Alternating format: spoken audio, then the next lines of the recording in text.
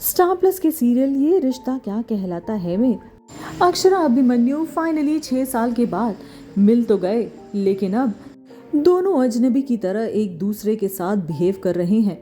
अब वो तो करना ही पड़ेगा। अक्षरा की जिंदगी में अब अभिनव जो आ चुका है। अभिनव और अबीर को छोड़कर अक्षरा की दुनिया किसी और में नहीं बसती।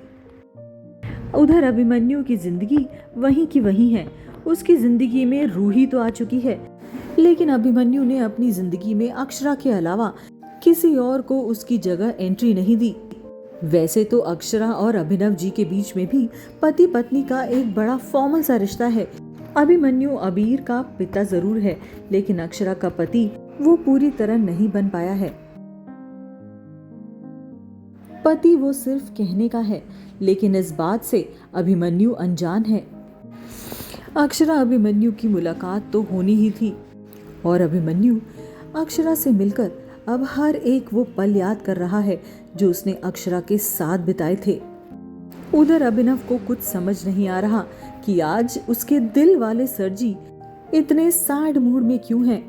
अभिमन्यु जैसे ही अक्षरा के हाथ का खाना खाता है, पहला निवाला जैसे ही मुंह में डालता है, उसे अपनी अक्षु के हाथ के खाने का एहसास हो जाता है।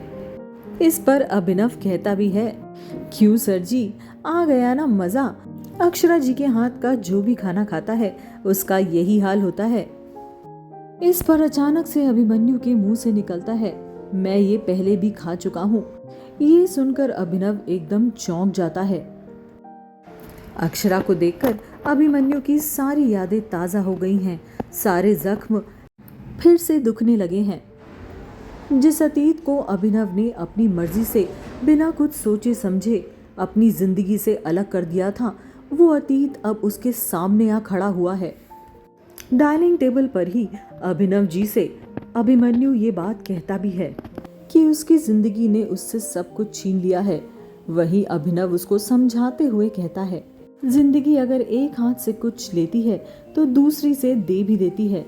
तब अभिमन्यु कहता है कि दूसरे हाथ में सिर्फ लकीरें होती हैं। ये बात अक्षरा सिर्फ खड़े खड़े चुपचाप सुनती रहती है। आखिर कब तक अभिनव के सामने अभिमन्यु और अक्षरा यूं ही अनजान बने रहेंगे? क्या अबीर से अभिमन्यु खुद को दूर रख पाएगा?